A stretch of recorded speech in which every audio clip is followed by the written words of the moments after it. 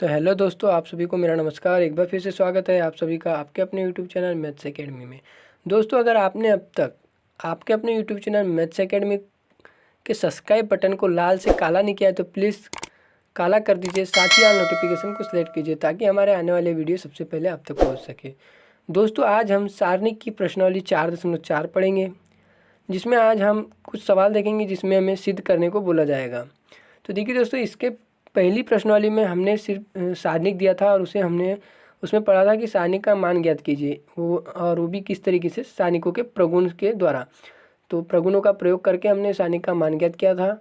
उसी तरीके से हम लोग इस प्रश्नावली में सारणिकों का प्रगुण का प्रयोग करके सिद्ध करने वाले सवाल पढ़ेंगे। तो देखिए दोस्तों, मेरे पास एक सिंपल सा पहला सवाल लिख चुका हूँ मैं, जिसमें दिया है दोस्तों, सिद्ध कीजिए कि सारणिक A B C a+2x b+2y c+2z x y z equal to में दोस्तों हमें सिद्ध करना है 0। तो देखिए दोस्तों, हम लोग सिंपल सा इसे सॉल्व करेंगे जिसमें कि हमें सिद्ध करना है 0। तो कुछ नहीं दोस्तों, सबसे पहले हम लोग यहाँ सॉल्व लिखते हैं।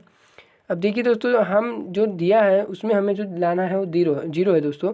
तो मैं यहाँ पे दोस्तों मान सकता हूँ कि जो मैं यहाँ डेल इज इक्वल टू इसे लिख सकता हूँ दोस्तों कि a b c a+2x b+2y c+2z x y z। तो देखिए दोस्तों, इस सवाल को हम तो बिना विस्तार किए भी कर सकते हैं दोस्तों, और संक्रियाओं का प्रयोग करके भी कर सकते हैं दोस्तों। तो यहाँ पे जो जनरली जो सवाल होते हैं दोस्तों सिद्ध करने वाले सारणिक के, उसमें हमें संक्रियाओं का प्रयोग करना होता है दोस्तों। तो सिंपल सा अगर मैं यहाँ पे संक्रिया का यूज़ करूँगा तो देखिए दोस्तों, यहाँ पहली संक्रिया मैं लगाना चाहूँगा कि संक्रिया R2 माइनस, देखो दोस्तों R2 में मैं लगाना चाहूँगा कि R2 माइनस R1। तो देखिए दोस्तों, हमें जो प्राप्त होगा वो कुछ ऐसा होगा। यहाँ पे मैं फिर से लिख देता हूँ दोस्तों, पहली पंक्ति में मैं कुछ नहीं कर रहा हूँ, A B C। दूसरी पंक्ति में मैं संक्रिया लगा रहा हूँ दोस्तों R2 माइनस R1। तो a+2x है दोस्तों, माइनस करेंगे R1 तो a है यहाँ पे दोस्तों b+2y है, माइनस b होगा दोस्तों। फिर यहाँ पे c+2z माइनस c होगा दोस्तों। नीचे तीसरी पंक्ति में हम कुछ नहीं कर रहे तो x y z, सिंपल सा है दोस्तों। फिर देखिए आगे मैं यहाँ पे फिर देखिए दोस्तों डेल इक्वल टू लिखता हूँ। जो बच रहा है दोस्तों हमारे पास ऊपर है a b c। यहाँ पे देखिए दोस्तों a में से 1 गया तो 0 और a 2x बच रहा है दोस्तों। यहाँ पे b से b कट गया तो बच गया 2y। यहाँ पे c से c कट गया तो दोस्तों बच रहा है 2z। फिर देखिए दोस्तों x y z, सिंपल सा है दोस्तों। हम लोग यहाँ से जो R2 है, देखिए दोस्तों मैं R2 से 2 को उभयनिष्ठ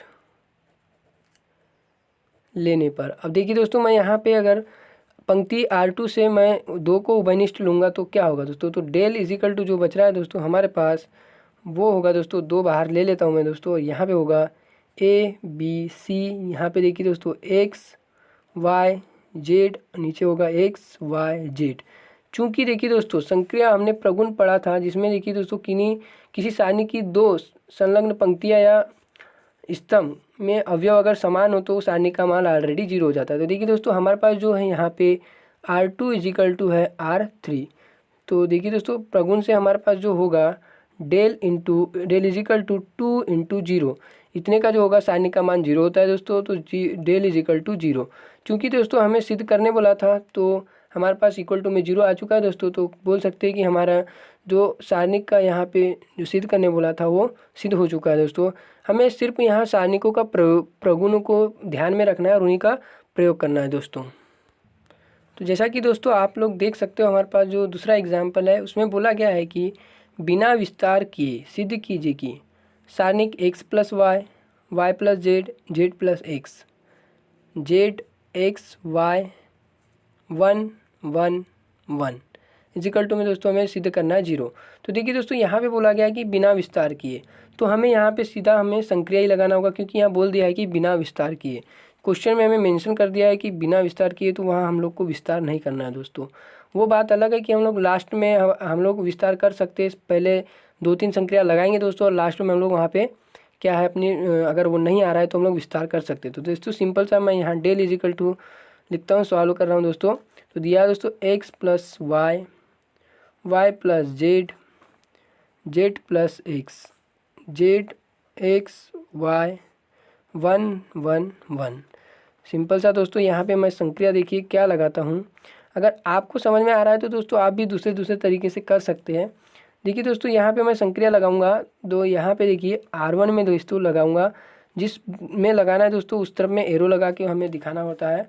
तो R1 में मैं लगा रहा हूँ दोस्तों R1 प्लस R2।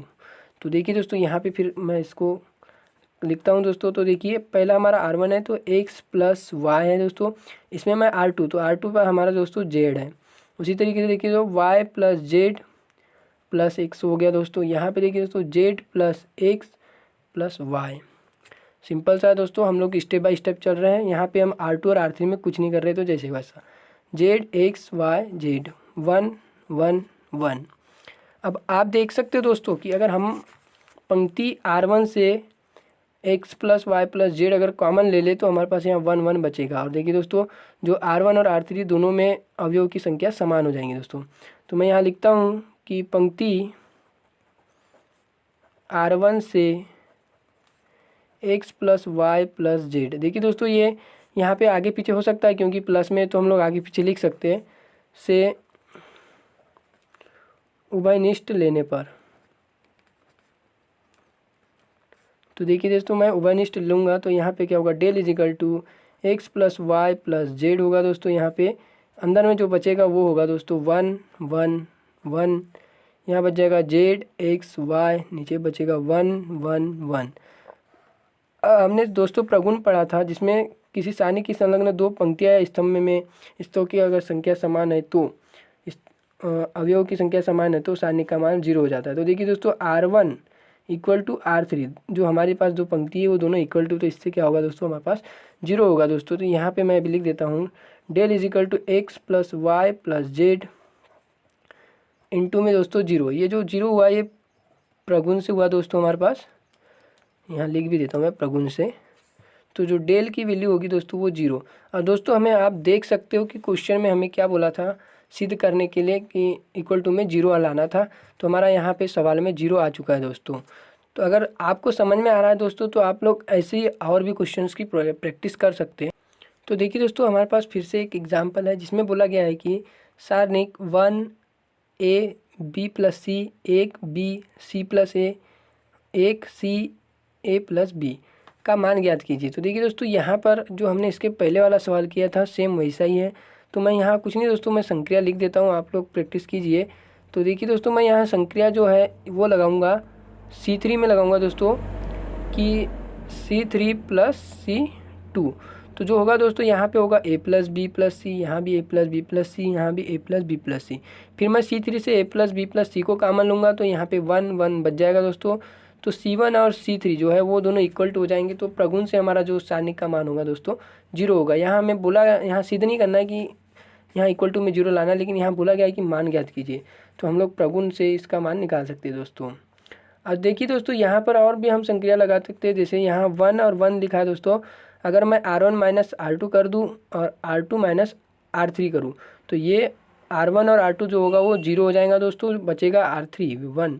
तो इसमें मैं फिर से इसको क्या करूँगा दोस्तों, फिर R3 के पद में विस्तार करके आंसर ला सकता हूँ। तो देखिए दोस्तों सिंपल सा सवाल है, तो मैं इसे दूसरे टाइप से भी बता सकता हूँ। तो इसी का देखिए दोस्तों दूसरे टाइप में किस तरीके से बनाएंगे सॉल्व करता हूँ दोस्तों। तो ये है पहला कि इसमें संक्रिया कौन सी लगाते हैं। इसी को मैं दूसरे टाइप से बनाता हूँ दोस्तों। डेल इज इक्वल टू मैं यहाँ लिखता हूँ 1a b plus c 1b c plus a 1c a plus b। आप देख सकते हो दोस्तों कि हम यहाँ क्या करेंगे। तो यहाँ पे सिंपल सा दोस्तों मैं संक्रिया लगाऊंगा R1 में R1 माइनस R2 और R2 में संक्रिया लगाऊंगा मैं R2 माइनस R3। तो देखिए दोस्तों सिंपल सा यहाँ पे मैं संक्रिया पे लगाते चलता हूँ। तो 1 माइनस 1 हो गया दोस्तों, a माइनस b होगा, यहाँ पे b प्लस c होगा माइनस c माइनस a। चूँकि दोस्तों माइनस होगा तो यहाँ माइनस का मल्टीप्लाई भी होगा अंदर। उसी तरीके से देखिए तो 1 माइनस 1 होगा, यहाँ b माइनस c हो जाएगा दोस्तों, यहाँ c प्लस a होगा माइनस a माइनस b। अब देखिए दोस्तों जो R3 है उसमें हम कुछ नहीं कर रहे थे, 1CA प्लस बी। आशा कर रहा हूँ दोस्तों कि आप लोगों को समझ में आ रहा है। तो यहाँ पे डेल इजिकल टू, फिर इसको मैं सॉल्व करता हूँ दोस्तों। यहाँ 0 हो गया, यहाँ a माइनस बी हो गया दोस्तों, यहाँ से C कट गया तो b माइनस ए बच रहा है। फिर यहाँ भी 0 हो गया दोस्तों, यहाँ b माइनस सी हो गया। यहाँ पे देखिए दोस्तों a से a कट रहा है तो c माइनस बी है, और यहाँ 1CA प्लस बी। अब देखिए दोस्तों यहाँ पे 2 में 0 आ चुके हैं, अब यहाँ हमारे पास 1 में बचा हुआ है, तो मैं यहाँ सीधा R3 के पदों में विस्तार करूँगा दोस्तों। तो देखिए दोस्तों सिंपल सा यहाँ अगर मैं विस्तार करता हूँ तो डेल इजिकल टू क्या होगा दोस्तों, यहाँ 0 होगा, और मल्टीप्लाई देखिए दोस्तों यहाँ करूँगा तो मेरे पास क्या होगा, b minus C minus B, CA plus B बचेगा दोस्तों। फिर यहाँ पे देखिए दोस्तों प्लस माइनस प्लस के फॉर्म में चलेंगे तो प्लस हो चुका है, फिर माइनस लेंगे दोस्तों 0। दोस्तों यहाँ पे जो हम करेंगे, सॉरी यहाँ C1 के पदों में विस्तार करेंगे, क्योंकि दोस्तों मैं जो यहाँ कर रहा था वो थोड़ा उल्टा था, लेकिन यहाँ मैं C1 के पदों में विस्तार करूँगा दोस्तों, क्योंकि 0 0 बचा यहाँ 1 है, तो हमें जो आसानी हो जाएगी यहाँ पे हल करने में। तो सिंपल सा दोस्तों देखिए मैं जो इस वाले जो दूसरी पंक्ति उसका छोड़ रहा हूँ दोस्तों, तो यहाँ पे जो बचेगा हमारे पास a माइनस बी माइनस ए, फिर दोस्तों C और a प्लस बी। अब देखिए दोस्तों जो बचा है 1, तो वे 1 लिखते हैं दोस्तों, यहाँ प्लस में रहता है। अब जो बच रहा है हमारे पास है वो दोस्तों a माइनस बी है, b माइनस ए है, और b माइनस सी होगा, c माइनस बी होगा। अब देखिए दोस्तों इसका और इसका तो मान होगा तो वो 0 हो जाएगा दोस्तों, सिंपल सा। अब जो बच रहा है हमारे पास नीचे में, इसको हम हल कर लेते हैं। 1 इंटू में बचेगा दोस्तों, यहाँ पे बच रहा है a minus b, c minus b, minus का चिन्ह लगेगा दोस्तों। फिर यहाँ मैं छोटा कोष्टक लगा देता हूँ, b माइनस ए और b माइनस सी। अब देखिए दोस्तों ये हो गया फिर बड़ा कोष्टक। मैं इसको सिंपल सा हल कर लेता हूँ दोस्तों। तो देखिए दोस्तों मैंने यहाँ पर फिर से एक बार लिख चुका हूँ, तो मैं इसे सिंपल सा सॉल्व करता हूँ दोस्तों। तो यहाँ पे भी तो हमारा 1 है, इसको मैं जैसे का वैसा रख देता हूँ। यहाँ मल्टीप्लाई करूँगा दोस्तों तो 1C होगा, फिर यहाँ पे देखिए दोस्तों माइनस AB होगा, फिर b का मल्टीप्लाई करूँगा तो माइनस BC होगा दोस्तों, माइनस माइनस प्लस हो गया b स्क्वायर। सिंपल सा दोस्तों यहाँ माइनस रखता हूँ, यहाँ कोष्टक लगा देता हूँ दोस्तों। यहाँ b का b में होगा तो b स्क्वायर हो गया दोस्तों।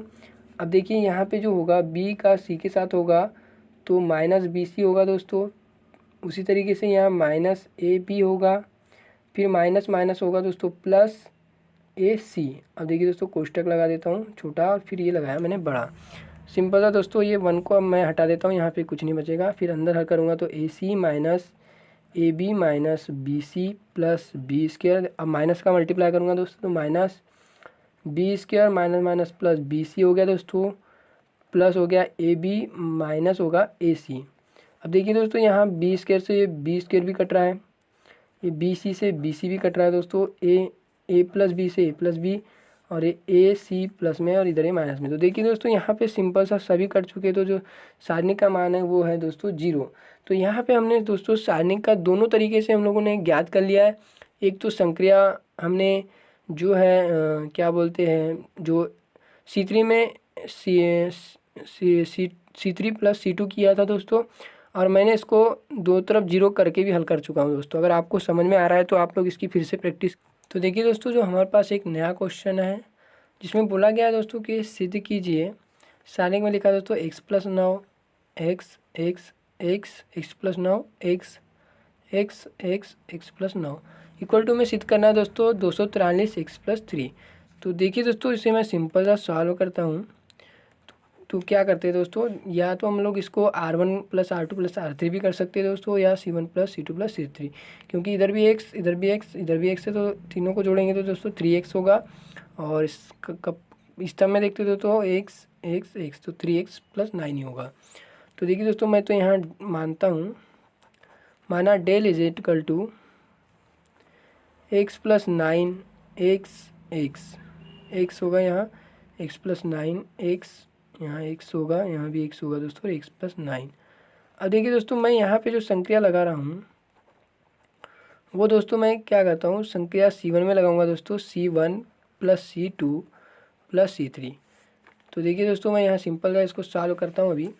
तो यहाँ पे लगाता हूँ दोस्तों डेल इज इक्वल टू अब C1 plus C2 plus C3। तो यहाँ पे देखिए दोस्तों x प्लस 9 है अभी हमारे पास, प्लस x होगा। फिर देखिए दोस्तों यहाँ पे लगाऊंगा तो x होगा दोस्तों, चूँकि यहाँ पहले x है और फिर x प्लस 9 होगा दोस्तों, प्लस यहाँ x होगा। फिर देखिए दोस्तों यहाँ x है, फिर x प्लस 9 होगा प्लस x। देखिए दोस्तों आगे पीछे क्रम हो सकता है, क्योंकि प्लस में है तो हम लोग लिख सकते हैं। फिर देखिए दोस्तों यहाँ बच रहा है C2 और C3 को हम कुछ नहीं कर रहे, तो x प्लस 9 x होगा यहाँ x और x प्लस 9 जैसे को ऐसा रख देंगे दोस्तों हम लोग। उसके बाद देखिए दोस्तों यहाँ पे मैं इसको थोड़ा सा हल कर लेता हूँ। तो यहाँ पे क्या बच रहा है दोस्तों, 3x प्लस 9 होगा, यहाँ भी 3x प्लस 9 होगा दोस्तों, यहाँ भी 3x प्लस 9। उसी तरीके से दोस्तों यहाँ x प्लस 9 x प्लस 9। अब देखिए दोस्तों मैं यहाँ से 3 को कॉमन ले सकता हूँ, क्योंकि यहाँ 3 भी दोस्तों और यहाँ पे 9 है। और हमें सवाल में देखिए दोस्तों जो दिया गया था उसमें बोला गया था कि सिद्ध कीजिए 243 इंटू में दोस्तों x प्लस 3। तो x प्लस 3 को हम लोग क्या करते हैं, अलग कर लेते हैं दोस्तों। तो देखिए दोस्तों यहाँ पे मैं सिंपल सा 3 कॉमन लूँगा तो x प्लस 9। फिर देखिए दोस्तों यहाँ भी जो बचेगा वो x प्लस 9 बचेगा, यहाँ कोष्टक, यहाँ बचेगा x प्लस 9। अब देखिए दोस्तों यहाँ जो बच रहा है वो है x प्लस 9 x, इसे हम कुछ नहीं कर रहे दोस्तों अभी, x प्लस 9 ये हो गया दोस्तों। अब देखिए दोस्तों मैं जो C1 है, पंक्ति जो C1 है दोस्तों, उससे मैं क्या करता हूँ, 3x प्लस 9 सॉरी दोस्तों यहाँ 3 होगा कॉमन लेने पे, तो 3x प्लस 3 को उभयनिष्ठ लेने पर, तो देखिए दोस्तों यहाँ जो बच रहा है वो है 3 भी निकाल रहा है दोस्तों और x प्लस 3 भी हमारा निकल रहा है। तो अंदर जो बच रहा है दोस्तों वो है 1 1 1। अब बच रहा है दोस्तों यहाँ x प्लस 9 x और x प्लस 9। अब देखिए दोस्तों इसको हल करेंगे तो अभी हमारे पास देखिए यहाँ भी 1 है, यहाँ भी 1 है, और यहाँ भी x और यहाँ भी x। अगर दोस्तों मैं R2 माइनस R1 करता हूँ तो 2 पद ऑलरेडी हमारे पास 0 हो जाएंगे दोस्तों। तो यहाँ संक्रिया मैं लिख देता हूँ दोस्तों, क्या लगाना है हमें, संक्रिया लगाना है दोस्तों R2 में R2 माइनस R1 से। तो अब इसको मैं नेक्स्ट पेज में देखता हूँ दोस्तों कि किस तरीके से लगाते हैं। तो देखिए दोस्तों यहाँ पे जो संक्रिया मैंने लगाया था वो एक बार फिर से यहाँ ऊपर लिख देता हूँ दोस्तों कि कौन सी संक्रिया लगाया मैंने। यहाँ मैंने लगाया हूँ संक्रिया R2 में दोस्तों R2 माइनस R1 से। दोस्तों ये हो गया हमारा R2 माइनस R1 लगाने के बाद इसको हल करेंगे दोस्तों, तो यहाँ 1 बच रहा है, यहाँ x, यहाँ भी x, यहाँ 0, यहाँ पे बच रहा है दोस्तों 9, यहाँ 0, यहाँ 1 x प्लस 9। अब देखिए दोस्तों हम लोग क्या करेंगे, यहाँ 2 में 0 दिख गया तो हम लोग R2 के पद में विस्तार कर लेंगे दोस्तों। तो मैं यहाँ सिंपल सा लिख देता हूँ दोस्तों, R2 के पदों में विस्तार करने पर। तो देखिए दोस्तों यहाँ पे जो हमारे पास बच रहा था वो 3x प्लस 3 है, वो लिखना है हमें, उसको छोड़ना नहीं है, मैं भूल गया था। देखिए दोस्तों यहाँ पे जो बच रहा है डेल इजिकल टू 3 भी होगा, x प्लस 3 है दोस्तों। अब यहाँ पे दोस्तों देखिए 9 है। अब यहाँ पे जो हमारा जो विस्तार करने के बाद बच रहा है दोस्तों वो है कुछ 1x, यहाँ 1 बच रहा है और यहाँ x प्लस 9। तो देखिए दोस्तों इसको सिंपल सा हम लोग हल करेंगे तो यहाँ 9 27 हो जाएगा x प्लस 3। अब देखिए दोस्तों इसको हल करेंगे तो हमारे पास कोष्टक में क्या बच रहा है, x प्लस 9 माइनस एक्स। तो देखिए दोस्तों x से x कट गया तो del is equal to 27 x plus 3 into में 9। तो देखिए दोस्तों इसको सिंपली यहाँ हल कर लेते हैं हम लोग। तो यहाँ पे 9 7 63 की 3 बज गया दोस्तों 6, 9 दूनी 18 और 6 हो गया 24। ये हो गया दोस्तों हमारा 243 इंटू में x प्लस 3। तो देखिए दोस्तों हमारा जो क्वेश्चन में सिद्ध करने को बोला था वो डेल इजिकल टू हमारे पास आ चुका है दोस्तों 243 इंटू में x प्लस 3। तो दोस्तों आशा करता हूँ कि आपको वीडियो समझ में आया होगा, और सवाल भी आप लोगों के पास हुए तो आप लोग प्रैक्टिस कीजिए। अगर दोस्तों आपको वीडियो अच्छा लगा है तो लाइक शेयर कीजिए, और आपको कहीं डाउट है तो कमेंट बॉक्स में कमेंट कीजिए।